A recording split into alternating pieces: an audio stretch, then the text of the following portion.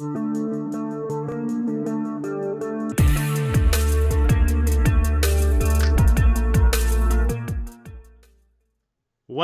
everybody, to Black and Gold Weekly, a weekly Boston Bruins show here on YouTube in partnership with Black and Gold Productions. I am your host, John. We are on episode 57 of the show, and we've got another week of Bruins action to talk about. They are on their West Coast road trip right now.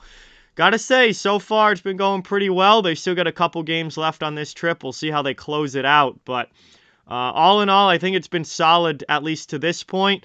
We are recording here on Wednesday. You guys won't see this until Friday, so there'll be some more that's happened by the time you guys actually see this. But just so you know, we're recording this on Wednesday, so everything is up to date till Wednesday morning.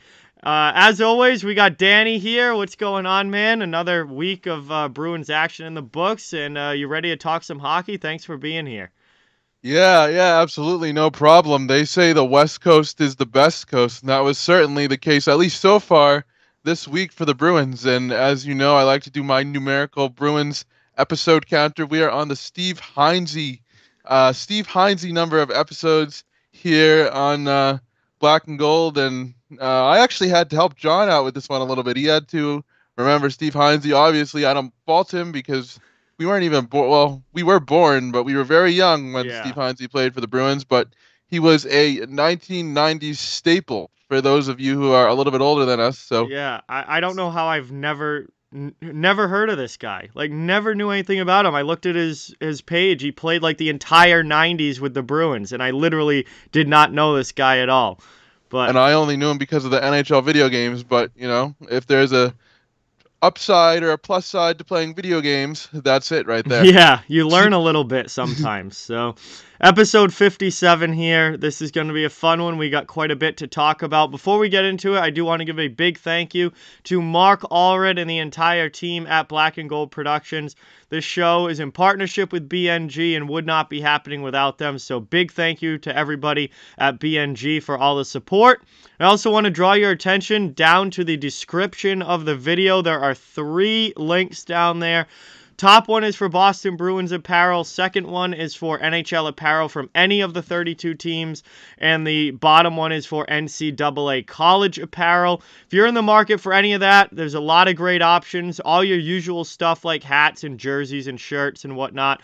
But then also some really cool accessory products that are all team branded as well. So if you're looking for anything like that, it makes great gifts and would really be appreciated if you could check those out. But with that out of the way, let's get into it here, Danny.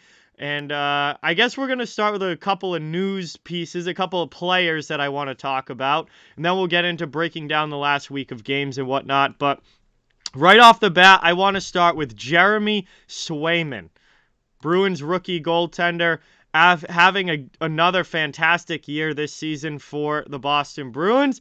And it was just announced either yesterday or the day before, I think it might have been yesterday, that Jeremy Swayman was named the NHL Rookie of the Month for the month of February in the NHL. Get these stats.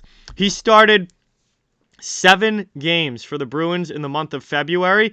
He had a .960 save percentage, a 1.13 goals against average, and he went 5-1-1 in those 7 games. So obviously spectacular numbers here for Swayman, and I want to give him a big congratulations for his success. And I think it's pretty safe to say Jeremy Swayman is the Bruins' #1 goalie.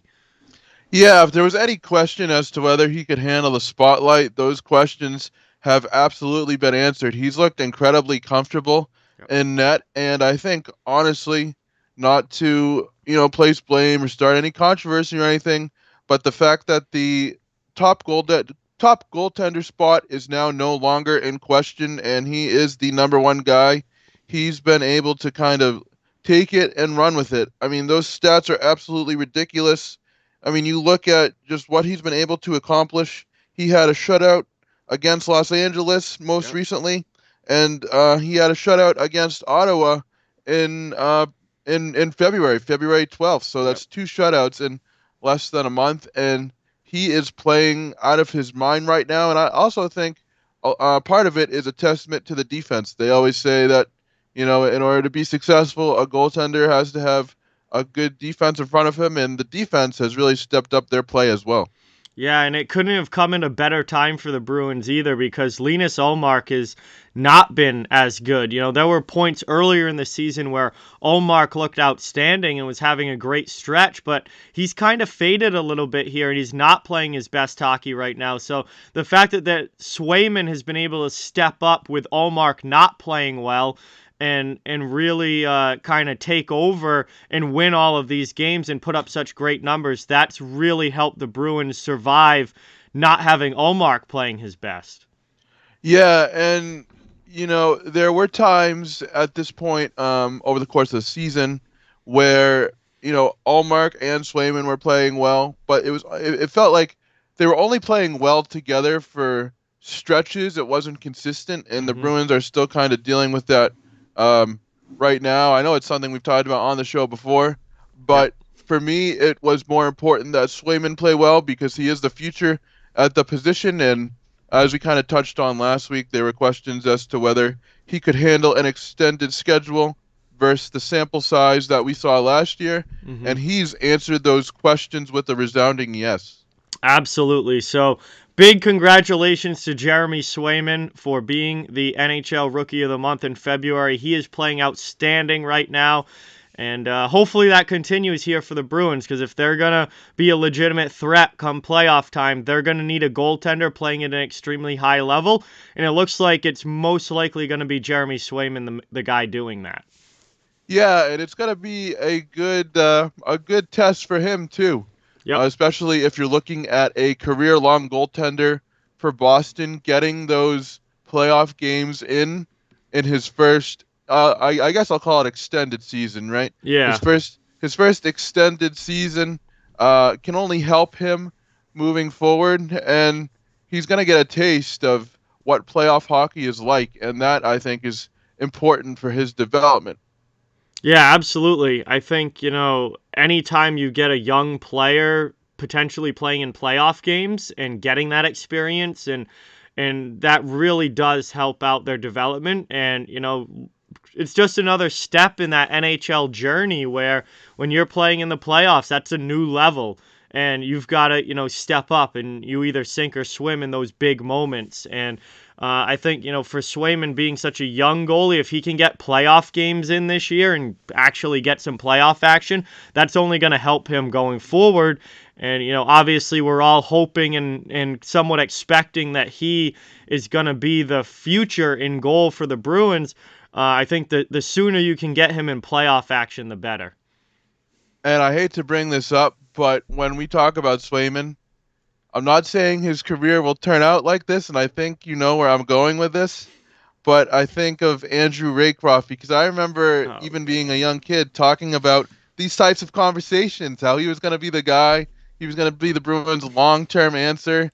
Raycroft won the Calder Trophy, yep. And I just hope that Swayman can stick with it because the Bruins were able to get stability with Tuukka Rask, obviously, and he came via the Andrew Raycroft trade. But it would be nice for the Bruins to get a solid, consistent, multi-year starting goaltender via someone that they developed. Yes. That would be certainly a notch in the belt for the Bruins' development, which, quite frankly, we have criticized roundly on the show. Yeah. Yeah. God, I hope he doesn't turn into Andrew Raycroft. It's always in the back of my mind. Oh, God, I hope not. I hope not either. I really hope not either. I think he's better than Raycroft. I think he's going to be a lot better. I mean, Raycroft kind of stunk after that first season. I think Swayman's going to be better. I don't know. I see something different in Swayman where I think he's going to be able, because he's been great everywhere he's gone. Like, he was great at Maine. He was great the little bit that he played down in Providence. He's been great now with Boston. Like, he's been great everywhere. I don't see him just falling off a cliff the way that Andrew Raycroft did. Hopefully not. God, please no. I feel like Swayman has been developed a little bit better than Andrew Raycroft. Yeah. So I think he has that going for him. But, I've seen a bunch of Boston sports mishaps in my lifetime, and Well, that's that's true. just in the back of my mind. I'm hoping that's not the case. I do not want that to be the case. So I'm not over here going, "Yay, Andrew Yeah, Raycroft yeah. potential."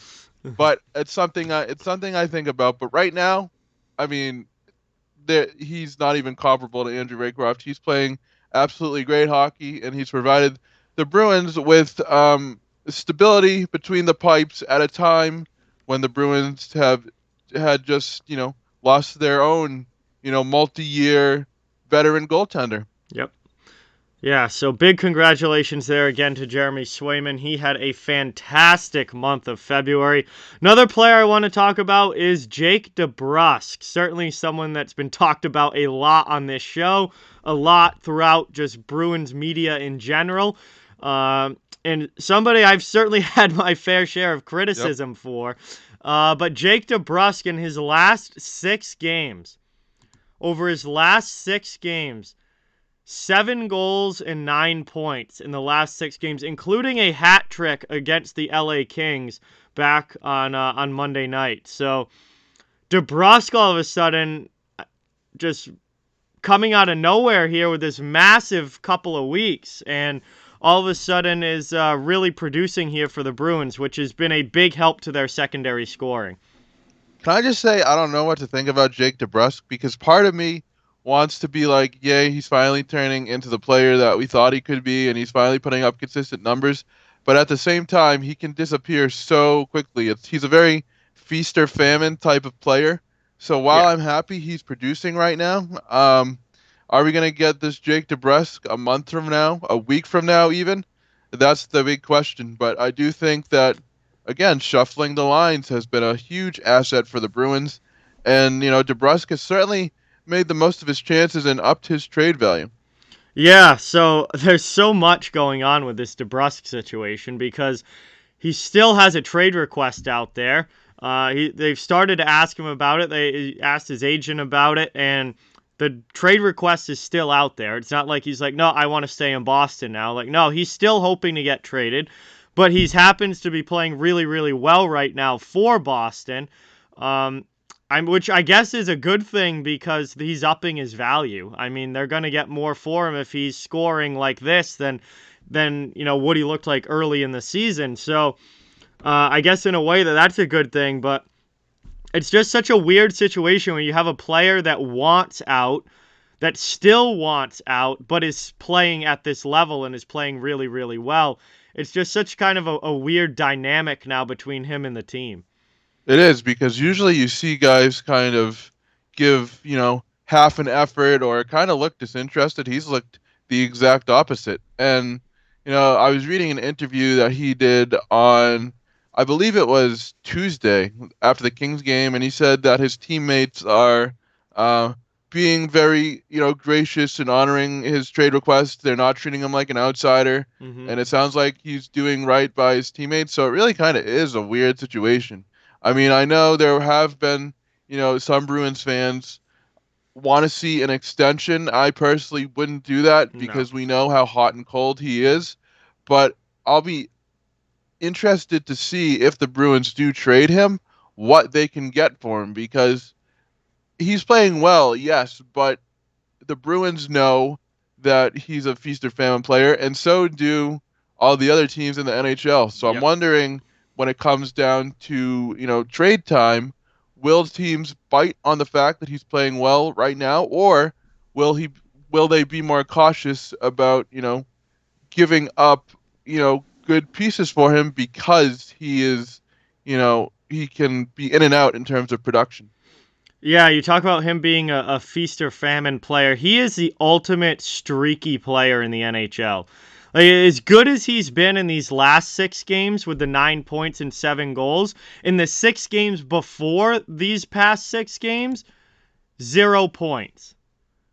No goals, no assists, -4, 0 points in the last 6 games before these past 6 games. So that like 12 game stretch for him in like February and into March for the Bruins is like such a ridiculously accurate representation of Jake DeBrusk and who he is as a player. 6 games in a row with absolutely nothing. and then 6 games where he has 7 goals and 9 points.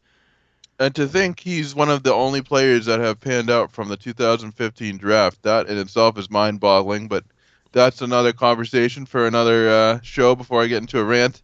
And but yeah, it's really interesting. He's really kind of created an interesting situation. Let me go on the record here and say I do not want an extension. No. But I do think that he has upped his trade value and has helped the Bruins get some wins while doing so. Yeah, Bruins need to try and sell high here. They need to try and sell high. I think he's upped his value at this point, and every team in the league knows how streaky he is, and knows that he's that kind of player. So again, I don't think you're going to get this massive haul for Jake DeBrusk. I don't think you're going to get a huge amount in return. I think the best thing would probably be to package him into a bigger deal that returned quite a bit more. But we're 3 weeks away from the trade deadline now. I think it's time to be on that telephone if you're Don Sweeney and try and put something together. And you don't have to wait till deadline day, especially with the deadline as late as it is this year. I don't want you to wait till deadline day. This is, you got to get making some moves now if you're going to make some moves. So at least, you have more than just the final month of the season after the trade deadline. So I think the sooner the better to make a move, and I hope that something's in the works because he's as good as he's played recently, he's not worth extending. He doesn't want to be here. He still has his trade requests that he's saying, he does still want out despite playing well. You've got to get rid of him. You can't try and bring him back at this point. And he's an RFA at the end of the season. He's going to be looking for more money and more money than he's worth, quite honestly. So yeah. I think the Bruins need to make a move here, and they need to capitalize on the fact that he is playing so well right now and try and, get what they can for him. I totally agree with you, and the Bruins need to move quickly. They can't, like you said, wait till deadline day because who knows how he'll be performing by then. But no points in the 6 games going into the deadline or something like that. We all know that quickness is not necessarily Don Sweeney's strong suit. So it'll be interesting to see what they do. But if I was Don Sweeney, I would be working the phones right now as we speak at 10:41 in the morning. Move quickly, Don Sweeney, because you don't know how long this is going to last. Exactly. I completely agree. But anyway, I wanted to bring up DeBrusk because he's obviously, with his production here the last few games, has really got noticed and really been a talking point here for the Bruins. And he's obviously had a great stretch with 9 points in 6 games.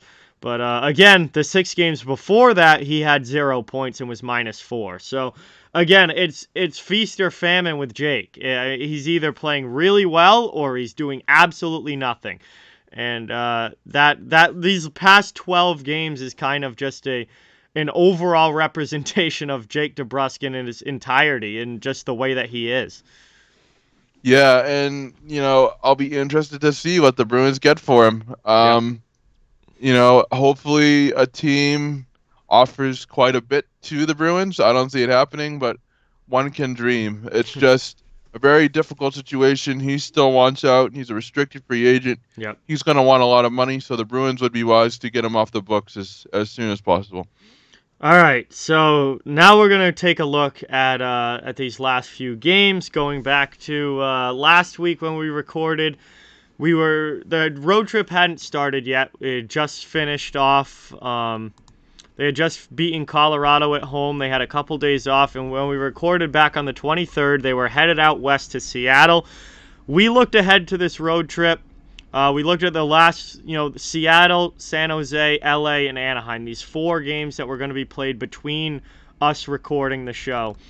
And I wanted to see the Bruins go 3-1 in that stretch. I think you said 2-2.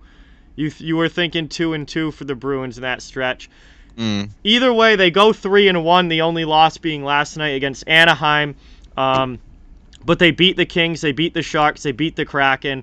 And all in all, it's been a good start to the road trip. And I think, again, I feel this is, I think, the third week or third show in a row where we've said this, that we really don't have much to complain about. No, we don't. The Bruins have really shown consistency, and they've shown, and multiple pieces are gelling at the same time. You have Jeremy Swayman, who's playing absolutely out of his mind, like we touched on. You have a guy like Jake DeBrusk really providing some of that secondary scoring. That's one of my favorite words to use, but it's true. Yep. And you have the Bruins really kind of taking care of business in the stretch run here, and it's a complete flip from when we did our shows in October, right? Even before the new year, it was a complete flip. They look energized, they look prepared to play, and some of you may say, well, yeah, that's their job, but if we were to guess and talk about this team even 4 months ago, they didn't look nearly as powerful, I guess you could say, or potent as they do now, and they were able to take care of business for the most part on a very tough West Coast road trip. And I have to say, I'm not a fan of these West Coast road trips with these 10 p.m. starts. These late games suck for watching. But if the Bruins keep performing like this on the West Coast, I would definitely be up for some more road trips. Yeah, the only thing that really sucked was the loss against Anaheim because they lost it with 20 seconds left in the game. But other than that, they've won 3 out of the 4 games they've played so far. It started out in Seattle. This again, I said this when at the beginning of February when Seattle came to Boston. I said that yes, this is a game that the Bruins should win. However, it is not going to be an easy game despite Seattle being a last place team, because Seattle's a team that plays very, very hard and just, they always give a big effort even if they don't win. And we saw that again late in February, once again against the Kraken. And this game went to overtime. Boston had to squeak one out in OT here. It was a very hard-fought game. But at the end of the day, the Bruins do get it done. They win this one 3-2 in overtime, and they start out the road trip with a W. And I think, anytime you go on a long road trip like this, you want to get off to a good start. And I think getting the 2 points here really kind of set the Bruins up to have a successful road trip. They did, and I'm very impressed, I'll just say, with the Kraken's style of play. If they can get some more quality players in over the next couple of seasons, they could be a very tough team to beat within the next, I'd say 4 or 5 years. But on the Bruins front, this is where we started to see kind of Jake DeBrusk really play well. He had the overtime goal. And he was able to really kind of, give the Bruins the finisher, the closer type of, feel here. Then you had assists from a guy like Charlie Coyle, Eric Holla. Again, those secondary pieces, they were able to get the job done, and that's what you need in a tight game like this, because the Kraken do not give the Bruins an easy time. They always play Boston hard, and they, always make the Bruins fight for a win, and that's exactly what the Bruins did here. So this one was impressive for me. Yeah, and Linus Ullmark in goal actually had a pretty good game against the Kraken. He stopped 25 out of 27 shots and obviously was good enough to win the game. And he hasn't been winning a lot recently. He hasn't been playing that great, but this was actually a very solid performance from Ullmark. Just wish he could have followed that up with another one, but we'll get to that when we talk about the Anaheim game. But this game against Seattle, Ullmark was actually very, very solid, and so that was a good sign as well. Yeah, he was, and he helped kind of set the tone for this road trip. Had the Bruins lost this game, it would have kind of soured at least the beginning of the road trip, but it was a much-needed pick-me-up for both the entire team and Ullmark himself, as the Bruins were able to get the job done in what looked like a really nice arena on the television. It looked like a really well-built and nice arena. Seattle's arena is state-of-the-art. It's a fantastic building. And so that was obviously a big win there for the Bruins, getting the job done against the Kraken on Thursday night. Then they go to San Jose, play the Sharks on Saturday night. This was an interesting game. Bruins, pretty low scoring, but the Bruins took care of business once again. The shot totals I found very interesting. They held San Jose to just 16 shots on goal. And then they shot 37 themselves. So they more than doubled the Kraken's shot total, or not, the Sharks' shot total, excuse me. They outshot them 37-16, won the game 3-1. Two big third period goals. Their offense came from their big guns. Marchand had 2 goals. Bergeron had the third goal. And obviously, Swayman was back in net for this one. He stopped 15 out of 16 shots. Really didn't have to do a whole lot. But again, made all the saves that he needed to make. And this was kind of, I don't know, it was kind of like an odd, low-scoring type of game. But at the end of the day, the Bruins got the win, and that's what's important. Earlier in the year, we talked about the Bruins recording high shot totals but not converting on their chances. Yeah. This was an example of a game where they did that and they were able to limit their opponent. Yep. And it made life easy for Jeremy Swayman. You had 2 goals from Marchand, I believe, and Yep. This was another solid win. The West Coast is not an easy place to play, and the Bruins were able to take care of business against the Sharks in resounding fashion. Yeah, so they start off the road trip with 2 wins against 2 bottom teams that they absolutely should be winning against. But again, nothing's, you can't take wins for granted in this league. Nothing's easy. Nothing's They guaranteed. haven't always won those games, Yeah, they haven't always won those games. You're right. They haven't always won those games. So to see them beat the teams that they're supposed to beat was good. But then they got into some tougher matchups here for the next 2. LA, who's currently second place in the Pacific Division, looking like a playoff team. They had to play them on Monday night here. And holy cow, I was not expecting this. No, and it was a win, dare I say, fit for a king. The Bruins absolutely destroyed Los Angeles in this one. Yep. You had a hat trick from Jake DeBrusk continuing his torrid scoring pace. You had a shutout from Jeremy Swayman. I mean, things were absolutely clicking for the Bruins tonight, and this was one of the games, or not tonight, but whenever they played. I'm losing track. The time changes and the 10 o'clock starts are getting to me. But Yeah. So the Bruins did a really good job of absolutely taking care of business. Jake DeBrusk with the hat trick, and this was a game that I was worried about on this road trip, and the Bruins passed the test with flying colors. Yeah, I mean, this was a quality opponent. This was one of the tougher opponents that they see on this road trip, and they just absolutely blew them out of the building. 7-0 win, natural hat trick for Jake DeBrusk, shutout for Jeremy Swayman, 2 for 3 on the power play.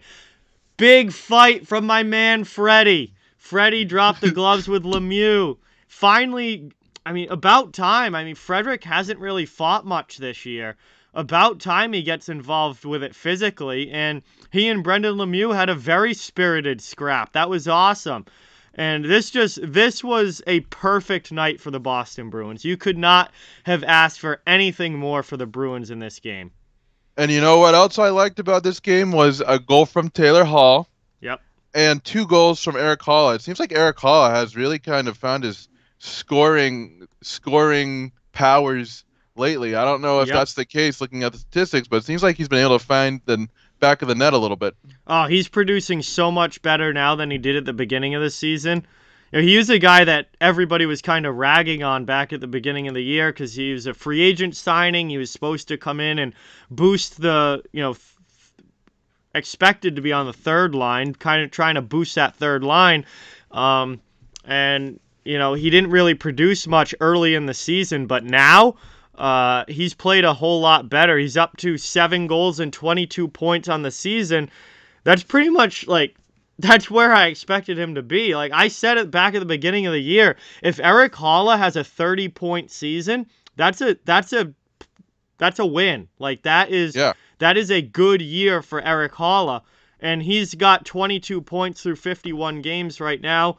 Obviously, Bruins still have a number of games left. It looks like he's going to go over the 30-point mark. It's going to end up being a successful season for Eric Haula.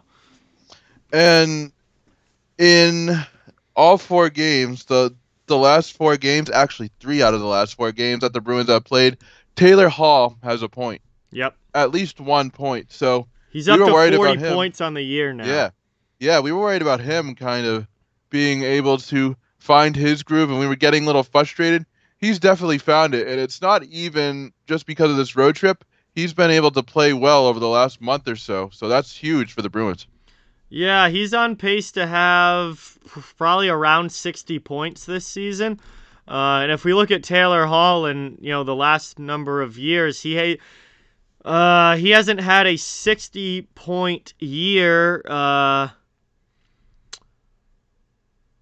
Let's see. The year that he split, nope, he didn't reach 60 the year that he split between New Jersey and Arizona. Certainly didn't reach 60 last year with 17, Buffalo. 18, I think, was the last year he had at least 60. His last 60-point season was his MVP year when he had 93 points with the Devils. That was his last 60-point season. So if you get 60 points out of Taylor Hall, I mean, that's him playing better than he has since 2017-18.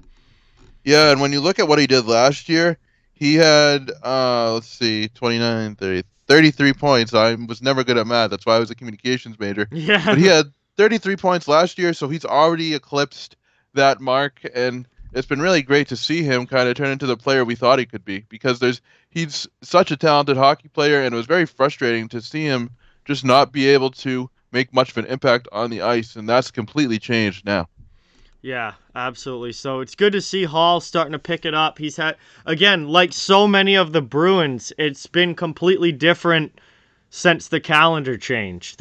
Since January, everything's changed for Taylor Hall, and he's really starting to rip up some points now and put some points on the board, and it is awesome to see. It looks like he could end up having a pretty solid year this year for Boston.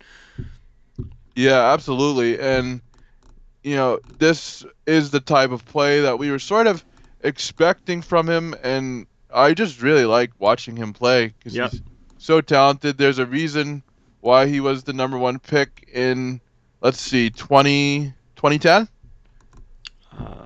Yeah, that sounds right. That sounds right. 2010. So first ago. overall 2010 with Edmonton, yes. I heard that Tyler Seguin guy was pretty good too. But I'm glad we have Taylor Hall now, and we have him for 3 more years, right? Yeah, because he signed a 4-year deal, so 3 more after this one. So it's good that he's finding his groove, and good that he's producing like we thought he could, because we said at the outset, even when the Bruins traded for him last year, that he wasn't going to be a big goal scorer. He was going to be able to set up players for goals and be that assist man, and he's really done a nice job in that role for the Bruins over the past couple of weeks, and that continued on this road trip. Yeah, absolutely. He is a playmaker. He's not a pure goal scorer. He's a playmaker, and that's what he's been for the Bruins this year. I mean, he's got 12 goals, but he's got 28 assists. He's got more than twice as many assists than goals, and that's what Taylor Hall is. So it's just good to see him with that big 4-0 in the point column. Yeah. I don't care if they're goals or assists, because even if they're assists, somebody scored.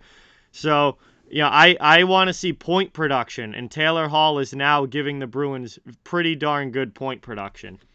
Well, it's gone back to, like you said, since the beginning of the new year, the Bruins have been able to seem a little bit more comfortable in their roles, and they've kind of figured things out. And Hall has been certainly one of those players, and it's been awesome to see. So he's going to be a key depth piece for them down the stretch run. And I hate using depth piece because it sounds like he's like a 4th liner, not to disparage 4th liners, but he is going to be another key depth piece for the Bruins, and he's showing what he can do as we enter the month of March. Yeah, I think, if Boston's going to have more than one line, then Taylor Hall's a key player and playing a key role in the Bruins having more than one line. Yeah, and this was one of the biggest kind of complaints that we had even in the playoffs last year. Hey, Hall seemed to struggle a little bit, and he just needs to be able to keep this up, because if he can keep this up, then the Bruins may, and I say may, be able to make some noise in the playoffs. I'm not too overconfident about the matchups right now, but you never know. You never know. Yep. And if John says the Bruins can't do it, that usually gives me a glimmer of hope that they can. That's very factual. Look at 2019. So keep saying no, and hopefully the Bruins will use that as motivation. Yeah. All right. Now we have to get to the game that stunk. It's not even that the game stunk. It was a good hockey game. But the game that the Bruins lost to Anaheim last night, Tuesday night, 4-3 with 20 seconds left in the game. Yeah. This was one that it's just like, I stayed up for this, for you to blow the game with 20 seconds left. I watched this game all the way through.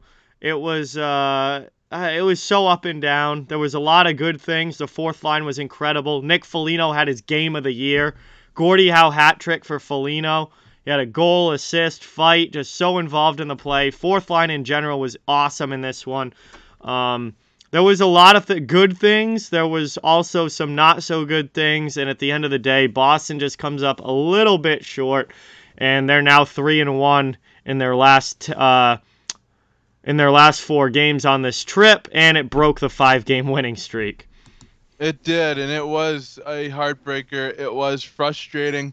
I think I said, not to toot my own horn, that the Bruins would lose a close one to the Ducks in overtime or something like that. It wasn't exactly overtime, but it was a heartbreaker. Yep. This Ducks team, talk about young teams trying to figure themselves out and maybe making noise in the future. Yep. I really like watching them play, too. I agree. Anaheim's one of my favorite young teams to watch. They've been so much better than they were expected to be this year. Yeah, they've kind of overachieved this year, but that's a good thing. That's a good thing, and I think they could be set up for success in the future because I really like the way they play. They play that West Coast style of hockey, similar to Seattle, I'll say, in the sense that they're tough, they're gritty, they fight for every shot, and they have a very good power play, and that showed again on Tuesday. Yeah, Trevor Zegras with the game-winning goal on the power play after Charlie McAvoy took a hooking penalty at the end of the game. And again, with only 21 seconds left in the game, Zegras rips one home for Anaheim and wins the game on the power play goal.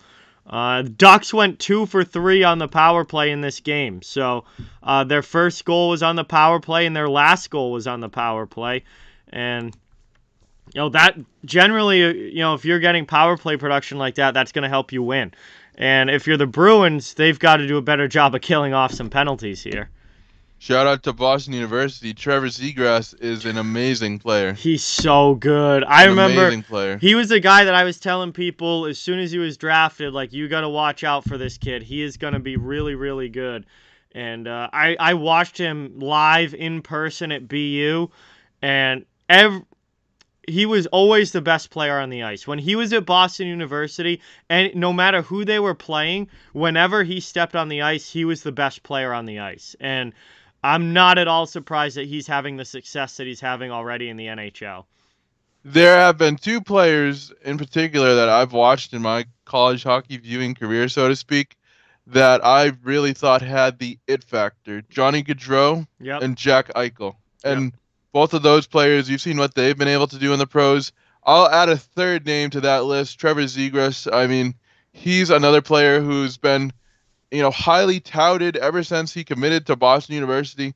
And he's lived up to the hype. Because even when you just kind of go off on a little sidetrack here, even when you look at Johnny Gaudreau, for instance, when he played college hockey, he was originally committed to Northeastern. Mm-hmm. And then I believe it was Jim Madigan who left or something, the head coach for the Northeastern Huskies, and then he went to Boston College. So he wasn't even that highly touted a prospect until he got to Boston College. With Zegras, he's been highly touted as far as I can remember. I've been hearing his name for years, and he's living up to the hype.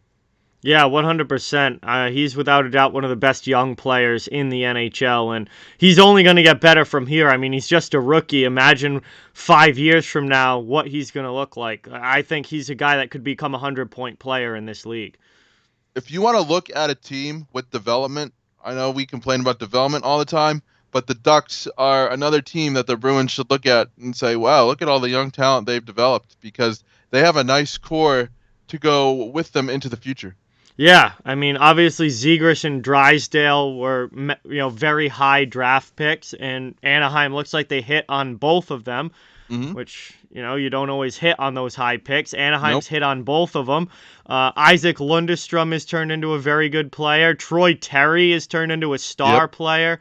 Um, Sam Steele, Max Comtois. Like, there's a lot of really good young players with this Anaheim team. There are, and it's even more interesting to see how well they fit together. A lot of times you get young players or a team of young players and you see them struggle to kind of find their roles as they work with each other. Yeah. Anaheim has done it really well, and it's going to pay off for them big time in the future. You already see it paying off. Now they're overachieving, and it's a testament to the job that the Anaheim front office has done and the Anaheim coaching staff has done, because I think they're going to be an extremely fun team to watch moving forward. 100%, 100%. Linus Ullmark played this game in goal for Boston after Swayman had started the last two, and I mean it wasn't all on him. He didn't have a great game, but it was mostly the first period. I mean, he gave up 3 goals in the first period. It wasn't a great first for him.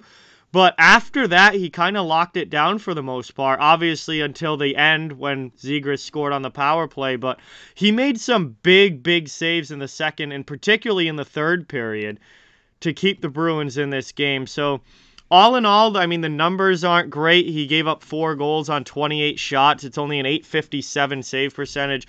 But he did make some big saves in the second and third periods. Just the first period wasn't good enough. And it's kind of an inconsistent performance for Ullmark, which has unfortunately been common here over the past few weeks.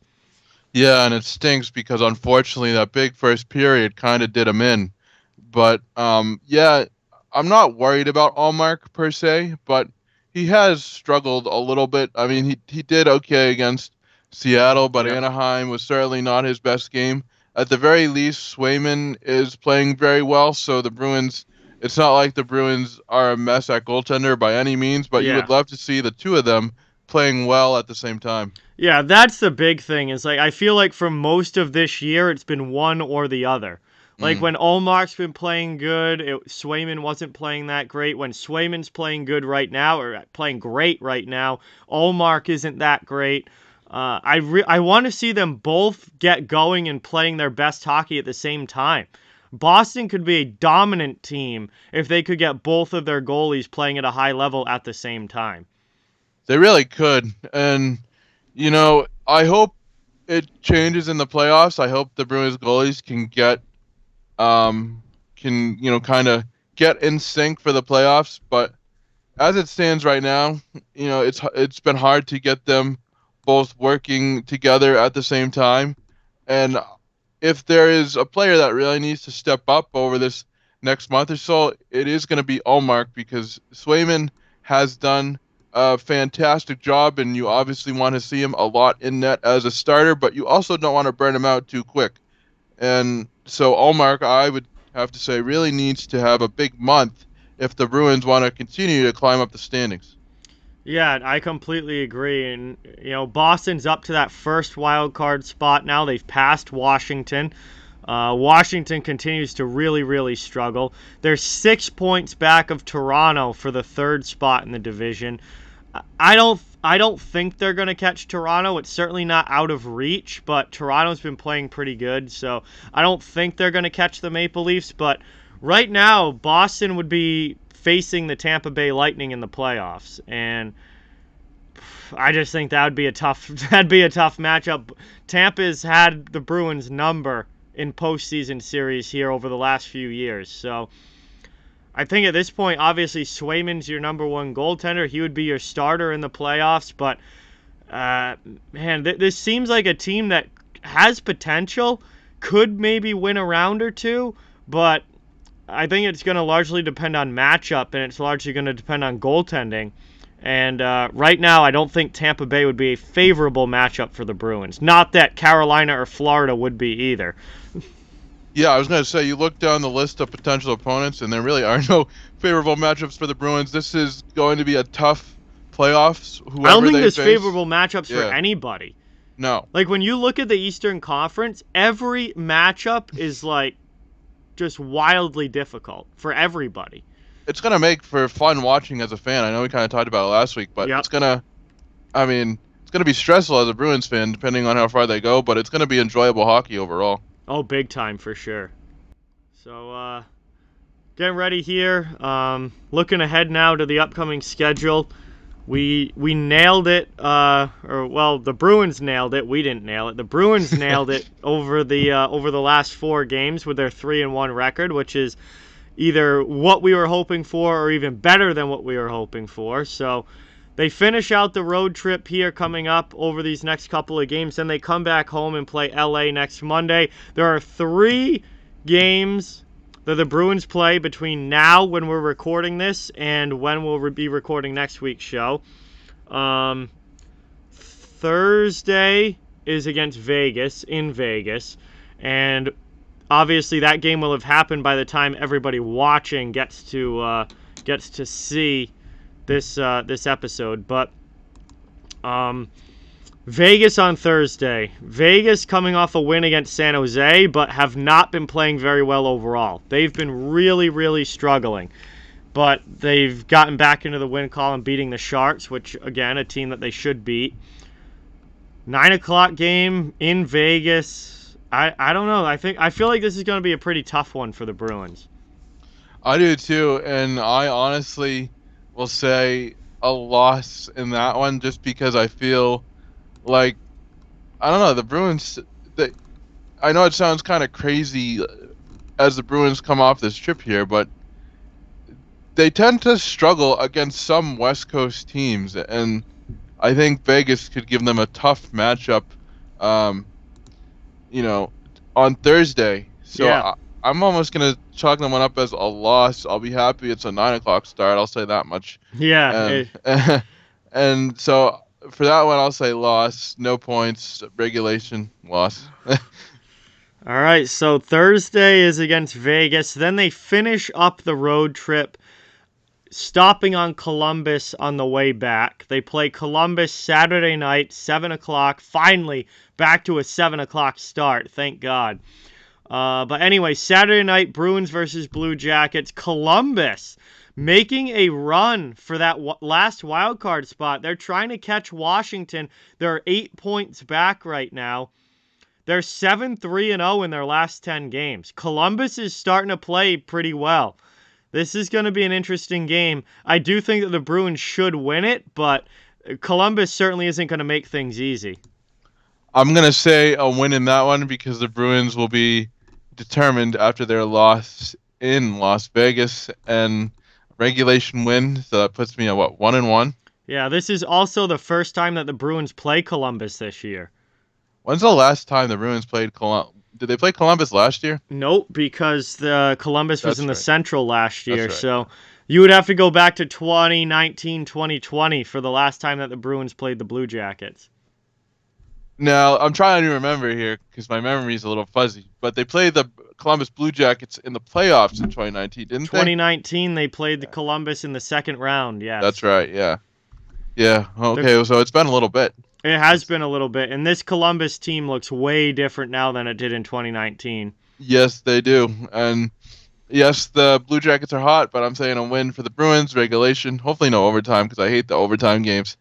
And so 1-1 on the trip so far, according to Danny here. All right, so you've got them closing out the road trip with a loss in Vegas, but a win in Columbus. Then they finally get to come back home after, 6 games on the road. They come back home, and they get, once again, the LA Kings on Monday night. Literally exactly 1 week after they played in LA, they'll now be playing in Boston. Bruins' first game back on home ice after this very long road trip. Sometimes that can be a trap game. The first game back after a long roadie, a lot of times can be a trap game. LA obviously going to have a chip on their shoulder after getting absolutely destroyed on their home ice this past week. So That, I think, again, LA's in a playoff spot right now. They're second in the Pacific Division. I think this is going to be a very hard-fought game and a tough one, but I think, Boston's shown that they can beat the Kings. It's just going to, you know, I would imagine a better Kings team is going to show up for this game. I'm going to say a win, but it's not going to be 7-0. I'll say 4-3 Bruins win. Okay, so you got them 2-1 here over these next 3 games. I also think that are hoping that they go 2-1. I don't know what the wins and losses are going to be necessarily against who, but I just want a 2-1 record, 4 out of a possible 6 points over these next 3 games. That will make me happy as a Bruins fan. Yeah, absolutely, and it will keep with that level of consistency that we've been seeing over the past couple of weeks. And as we enter March and get closer into the playoffs, the Bruins certainly need to be able to keep, piling up the points, because there are teams chasing after them, and it's not going to be an easy stretch no matter who they play. It's that time of year. Yeah, absolutely. I mean, we're in crunch time now of the NHL season. We are in crunch time. It's down the stretch. We're into March. We've got less than 2 months to go in the season. It's all about solidifying your playoff positioning now at this point, making sure that you are in the playoffs, which I think Boston is pretty safely in the playoffs at this point. But it's about seeding. It's about, matchups, who you're going to play, and getting ready to play good hockey come playoff time. Because you don't want to be stumbling into the postseason. That generally doesn't turn out very well if you just stumble into the postseason. Like, you want to be playing good hockey going into the playoffs. So, it's a really important part of the year now for the Bruins, and hopefully they can keep continuing to play well like they have been. And you're going to start seeing things come more into focus, I think. You're going to... Yeah. I feel like this last month is going to be, a preview of what we'll see in the playoffs. If Taylor Hall can keep putting up points, if Jeremy Swayman can keep playing at a high level, if the top line, can continue to produce, then I think these are trends that we will be able to safely carry with us into the playoffs.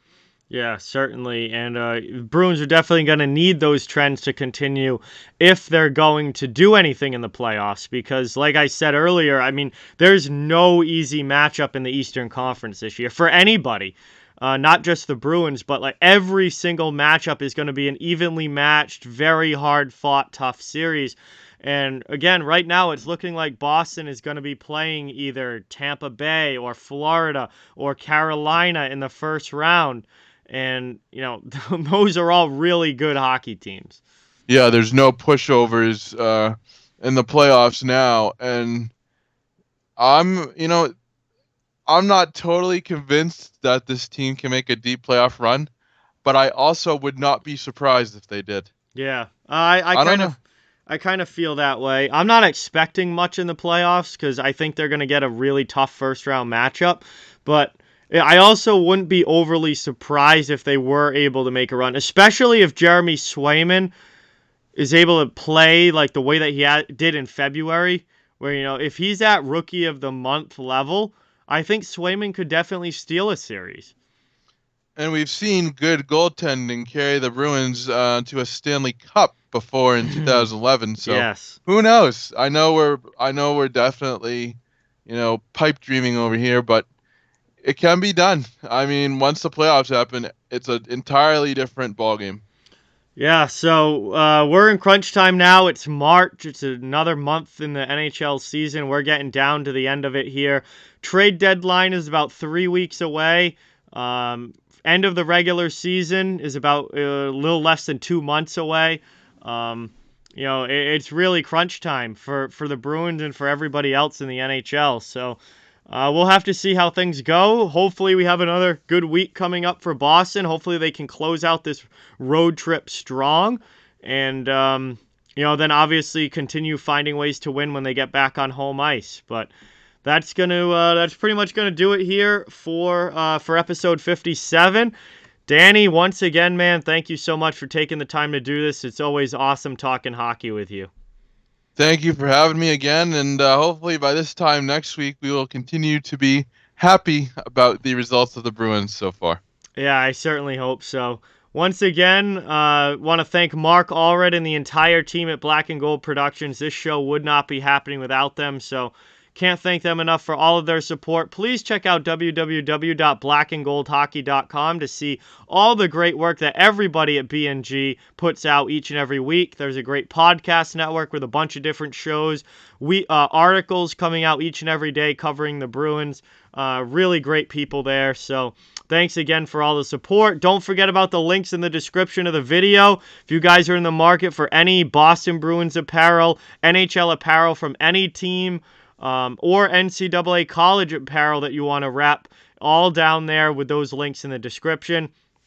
That's going to do it now for episode 57. We'll be back next week with episode 58, and we'll have a whole other new week of Bruins action and news to talk about. Thank you guys so much for watching. Have a great weekend, and we'll see you guys soon.